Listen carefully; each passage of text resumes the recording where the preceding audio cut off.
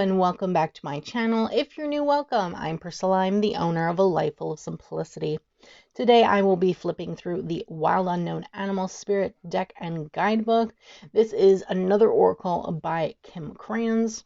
I've had this in my collection for a while now. I think like a year or something. I did already flip through the Wild Unknown Tarot, which you will find on my channel. I'll link it in the cards, as well as the Wild Unknown Archetypes deck. I've also flipped through that on my channel, and I will also link it in the cards. So if you click the eye in the corner, you'll find them both there. So it is a gift box set, so like the other two. So in the back, you'll see that we get, in the box, you'll find an additional box with the cards and then the bigger guidebook. So in the back, it says the Wild Unknown Animal Spirit deck is a breathtaking oracle deck and guidebook box set for self-discovery, inspired by the creatures, real and mythical, of the animal kingdom. The illustrated cards feature powerful creatures from the forest, streams, deserts, fields, and sky.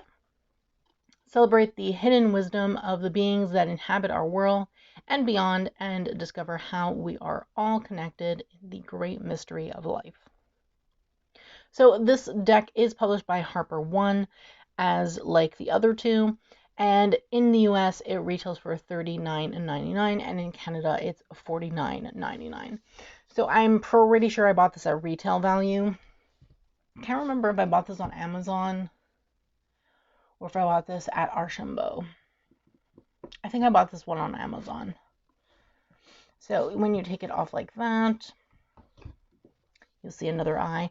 It is holographic, as you can see, which is super nice. They did a nice touch with that on the sleeve. In the back, it just shows this. And then it is a magnetic closure. We have, may you always be on your on the inner quest. There's a ribbon. So we have the guidebook, which is nice and thick.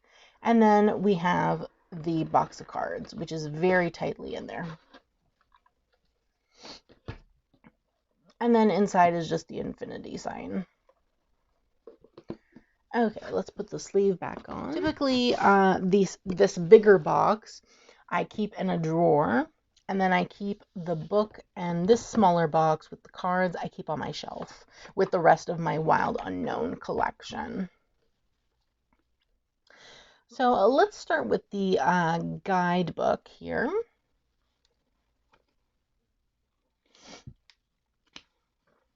So there is a table of contents. It talks about understanding the deck, using the deck, deeper insights, and then going through the cards. Now the cards are separated into the elements. So earth, water, fire, air, and spirit is the last one.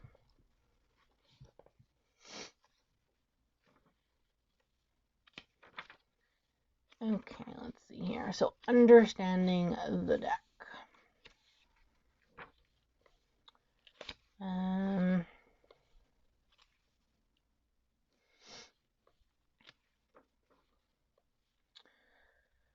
Okay, so we have the elements here. So for Earth, we have the creatures of the field and forest. So the suit of survival and instinct, the Earth creatures represent our relationship with fears and habits. In general, the creatures of this suit are grounded, dependable, and supportive. However, since they are so drawn to routine, they often become stuck in their ways. Several earth cards indicate the consciousness remains rooted in the material plane, or as referred to in yoga, the gross realm. This means practical concerns such as money, home, work, and family are at the forefront of the mind, not leaving room for much else. Movement and exercise are especially helpful to encounter the stagnation or stuckness that can accompany excess earth elements. Then we have the water element, which talks about the creatures of the oceans, rivers, and lakes. So the creatures of water element represent our emotional world and our ability to express. These cards point to relationships, love, boundaries, and creativity. So our flow, if you will. Water creatures are often drawn to the arts as they are a natural inclination toward beauty and depth. Several water cards indicate an outpouring of creativity and/or emotion. This can be wonderful, joyful, even romantic. However, when water spills and makes a mess, disappointment and sometimes tears, they are water after all, are sure to follow. Ideally, a healthy stream of communication flows through our lives, not too much water, not too little. Then we have the fire suit, which are creatures of desert and grasslands. So the creatures of fire element lead us toward change. They represent the ego and challenge us to become our best selves. Although these cards appear more frequently when conflict or discomfort is present, the heat they emit is the elixir of our transformation. Several fire cards indicate the heat is on. It's a time of action and change. Deadlines and demands are around every turn, but it's all in the name of growth. You'll look back on it in awe of all that was accomplished. When all else fails, remember fire is the only thing that transforms darkness into light. And then we have the air suit, which is creatures of sky. So the creatures of the air element move quickly and decisively. They are known to see more than others, and this can lead to powerful and discerning qualities. Air creatures love movement and mobility, but the speed at which they move often leaves them ungrounded. Several air cards indicate too much movement and not enough earth. Some people describe this as living in the head rather than the body. It's difficult to make big decisions or remember our greater purpose when we lose our groundedness. So do whatever you must to reconnect to the physical realm. Slow walks in nature will help you get your feet back on the ground. And then the last suit is the spirit suit, which is creatures of the ether. So the creatures of the spirit element do not live on earth as we know it. They are inhabitants of a dimension beyond, the cosmic ether. These 7 trump cards represent significant challenges or awakenings on the subtle level, the level of inner spirit or soul. Like guardians from another realm, they are watchful and protective when we are at a crossroads in our lives. Several spirit cards indicate the force of life is moving us in new directions. Trust the key with the spirit cards as life shifts in big ways. Questions might seem unanswerable, the future unknown, but you're in the perfect place. Even if you have the perception that you're in control, you're not. Grace surrounds the situation and steers the wheel. Now, one thing to know about the spirit cards, there's only 7 as stated here, and that's because they're associated with the chakras. So they do talk about the association in that part of the guidebook. They talk about the association to the chakras. So these are the symbols for each. These symbols do appear on the cards. And then we have using the deck. So we have what's my spirit animal. We have like what to ask, very typical things, when to ask it, caring for your deck. We have shuffling and cutting. We have a card a day, so this is 1 card pull. Then we have a past, present, future. Then we have the path and obstacle, which is a 2 card spread. Then we have a 4 card relationship spread. Then we have a year ahead spread, like this. And then it goes into some deeper insights, like card order. So yeah, there's no numbers on the cards. I did put them in the order of the book, though, because I don't remember what the original order was. So, yeah. So yeah, there's no numbers on the cards.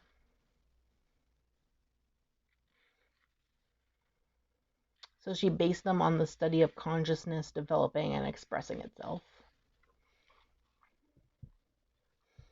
And then there's a food web.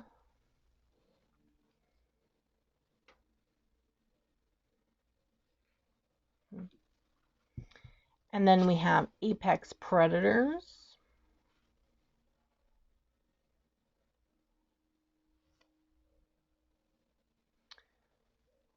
So these are the heavyweights of the earth, water, fire, and air suits. Apex predators are animals that do not have any predators within their ecosystem. Therefore, they do not live in fear like many other creatures do, as they are at the top of the food chain. When any of these cards appear, know that you are dealing with a powerhouse. Not only that, but two apex predators from different elements, like the lion and eagle, usually lock horns, so to speak, since they are both used to being in command. That's interesting.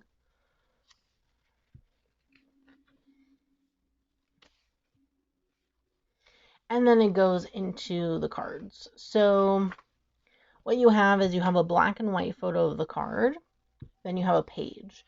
So you have the name of the card, the element in the form of the triangle, and then you have the keywords here on the top, and then the blurb about the bear. Then you have when in balance, when out of balance, and to bring into balance. And you have this for everything. So if we go into the water, same thing, elemental, keywords, blurb, when in balance, out of balance, and bring to balance. Same thing for air. Then we go into the spirit.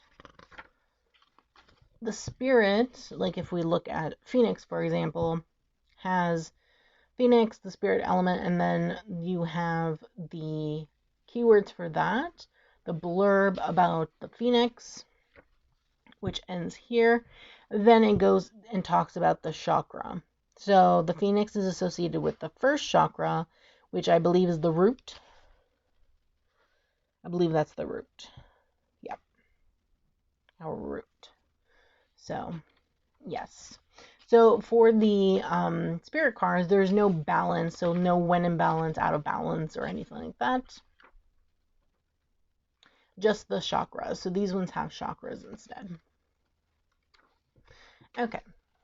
So as usual, I will pull a card and read at the end.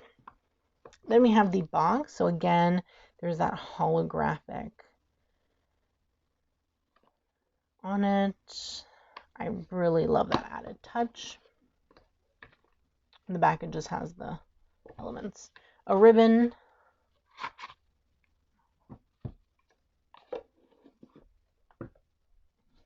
Okay.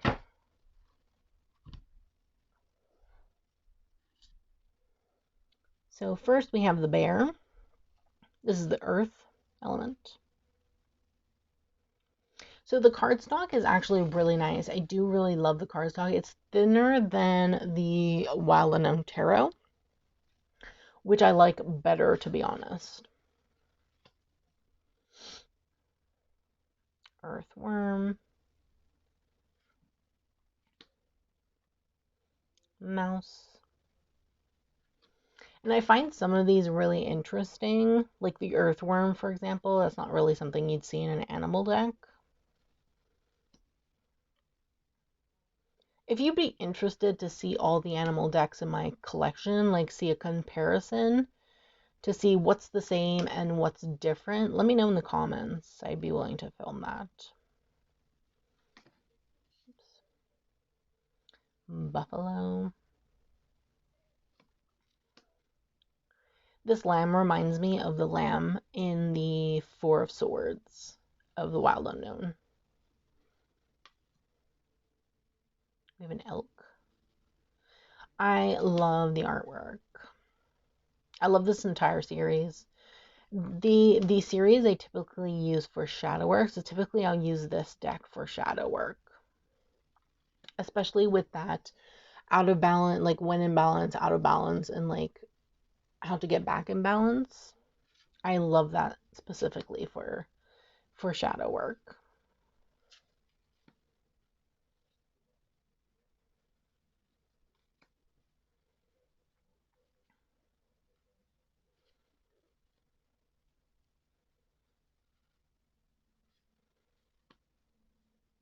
So this is like all the water animals because the element changed. So there's no keywords on the cards. It just states the animal that's on the card plus the element, and that's really it. I typically use the guidebook for this particular deck. I'll also do some color rating in this as well. And I believe I talked about in another video of mine of potentially filming how I read color in tarot and oracle, but specifically with these decks because these are the decks that I typically use that type of reading style in. So again, if you'd be interested in seeing that, let me know in the comments. I love otters so much. He's so cute. Then we have a shark, which again, we don't typically see sharks in animal decks that often. I think I have this one, and then I think one more that has a shark in it, but maybe if I'm remembering correctly. But typically we don't see sharks in animal decks.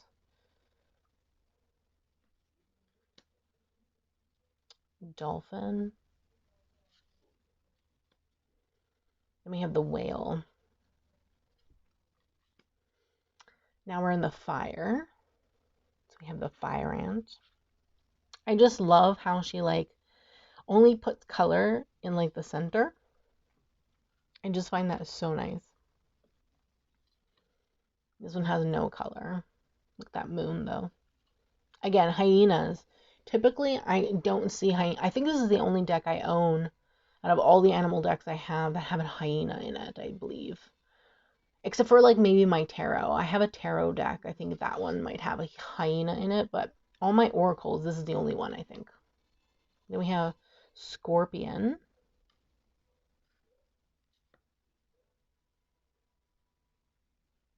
Then we have lizard. Panther. Again, panther. I don't think I have any other decks with a panther in them. Maybe one. I'm trying to think because I have quite a number of animal decks. I think I have one other that has a panther in it. Tarantula. This is the only deck that I have a tarantula. Typically we just have a spider, but this is a specific type of spider, so yeah. Then we have a camel. Love camels. So cute.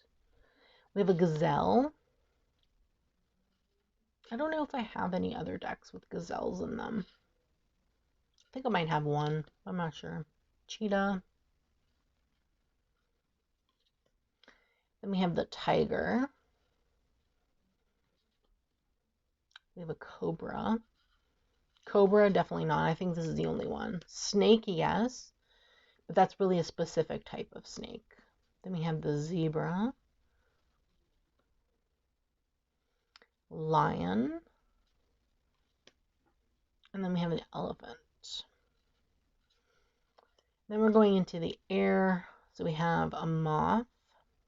Very beautiful. We have a butterfly. I love this bat card. Look at that moon. Look, that moon is so beautiful. So pretty.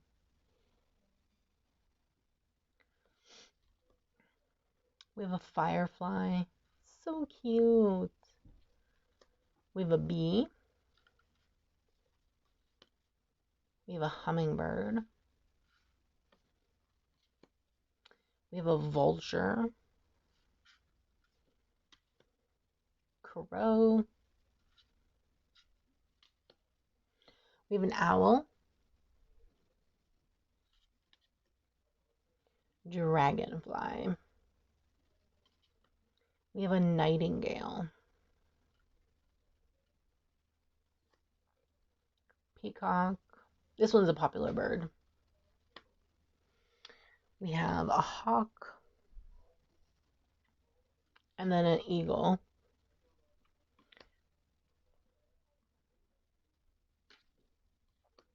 Now the spirit cards. I love the spirit cards because it's the only one that has hollow on them. Look at that. Oh, little foiling there. So nice. So we have a phoenix. We have a sea serpent. Look at that hollow. So pretty. A dragon. So I'm pretty sure these go in the order of like the chakras. So we have like the root. I don't even know the order of the chakras. All I know is like root, and then I don't know. The next one I think is it sacral? And then I don't know the next one. Maybe it's heart. I don't know. Heart maybe. And then we have like the, okay, so this one is the crown. After crown, it's what? Third eye, throat. Is this the heart? Maybe? I don't know. I have no clue. I always forget the order. Then we have black egg. We have a unicorn. Look at that hollow. So cute. On the top, so pretty. And then we have the cosmic egg. So yeah. Okay, I don't know. Let's shuffle these. I'm not familiar enough with chakras to know what I'm talking about. They shuffle amazingly. Like, I absolutely love them.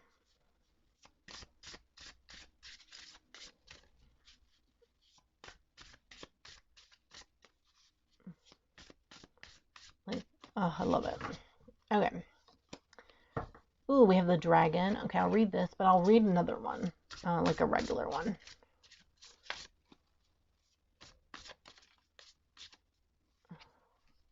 Okay, I'll read the lion.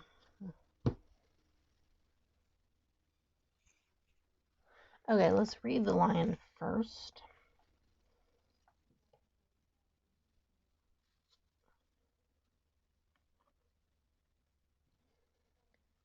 Okay. Okay, let's read the lion. Let me find it in the book. Lion. Patient, regal, a complete master. The lion is a master of the fire element and the living mascot of self-transformation. A lion personally dictates their life to personal and spiritual growth. This dictation inspires some that intimidates others. Therefore, the lion is respected by all, but known intimately by few. Some mistake the lion as hard to access or aloof, yet those with a keener eye know better. Lions are observant, stealth, and precise in their words and actions. They do not waste energy or resources. This card reminds us that self-mastery is available to all, no matter where our quest begins. When in balance, the epitome of peace and strength. When out of balance, withdrawn to serious. To bring into balance, daily meditation, friendship. Okay, so this is what I read.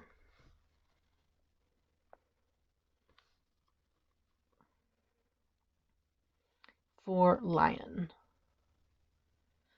Perfect. Now, let's read for dragon. This is the one that has the chakra. Okay. Dragon.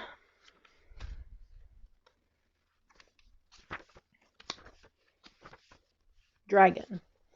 Seeing one's most true self, balancing the ego. The dragon sees everything.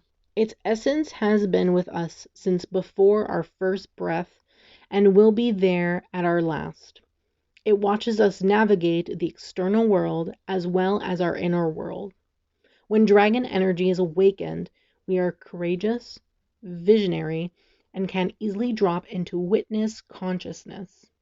It is almost as if we are traveling with a great friend inside ourselves.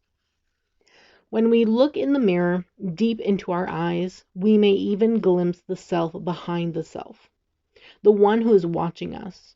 This is the power of the dragon, breathing transformative fire into every cell of our bodies. Witnessing this omnipotent energy, even for a brief moment, helps us surrender and let go. We let the dragon guide us. We hop on its back for a ride, and as we traverse even the most difficult terrain, the dragon's eyes see beauty everywhere. It is said that if a yogi does not see beauty in the world, their Agni is dim. Agni is described as inner fire and sacred intelligence. May even just the mention of the dragon stir the embers of the intelligence within you. Now, in regards to the chakra, it says the dragon and the third chakra. The subtle energy of the dragon lives at the navel center, in the Manipura chakra. Manipura translates to the city of the hidden gems, and behind its gates burns the fire of our transformation and digestion.